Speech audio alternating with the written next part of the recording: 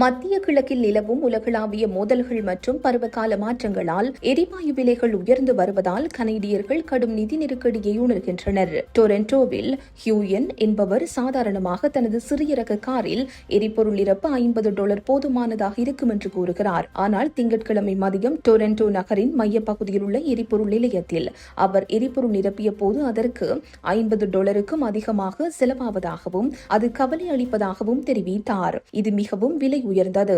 எனக்கு இது பிடிக்கவில்லை என்று ஹியூயன் கூறினார். நான் இப்போது மின்சார காருக்கு மாற திட்டமிட்டுள்ளேன். லீட்டருக்கு $1.72 மற்றும் சில கனேடிய நகரங்களில் இதைவிட மிக அதிக விலை நிலவுவதால் அவர் மட்டுமல்லாது வாகனங்களை பயன்படுத்தும் பலரும் விரக்தியில் உள்ளனர். நமக்கும் போருக்கும் எந்த சம்பந்தமும் இல்லை, ஆனால் அதற்கான விலையை நாம் கொடுத்துக் கொண்டிருக்கின்றோம் என்று ஒருவர் தெரிவித்தார். ஈரான் போர் 5வது வாரத்தை எட்டியுள்ள நிலையில் ஹோர்முஸ் நீரிணை நடைமுறையில் மூடப்பட்டிருப்பது உலகளாவிய எண்ணெய் விலையை விண்ணை தொடச் செய்துள்ளது. இதனால் கனடாவில் வாகனங்களை பயன்படுத்தும் பலரும் அதிக செலவை சுமக்க வேண்டிய கட்டாயத்தில் உள்ளனர்.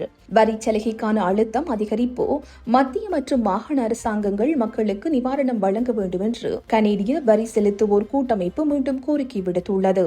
அரசாங்கங்கள் செய்யக்கூடிய குறைந்தபட்ச உதவி தற்காலிகமாக எரிபொருள் வரிகளை நிறுத்தி வைப்பதே ஆகும் என்று கனேடிய வரி செலுத்துவோர் கூட்டமைப்பு இயக்குநர் கூறியுள்ளார். இந்த வரி குறைப்பு நிரந்தரமானதாக இருக்க வேண்டும் என்பதை அவரது விருப்பம். ஏற்கனவே பல கனேடியர்கள் சிரமப்பட்டுக் கொண்டிருக்கிறார்கள். இப்போது இந்த எரிபொருள் விலை உயர்வு வாழ்க்கையை இன்னும் விலை உயர்ந்ததாக மாற்றுகிறது என்று அவர் குறிப்பிட்டுள்ளார்.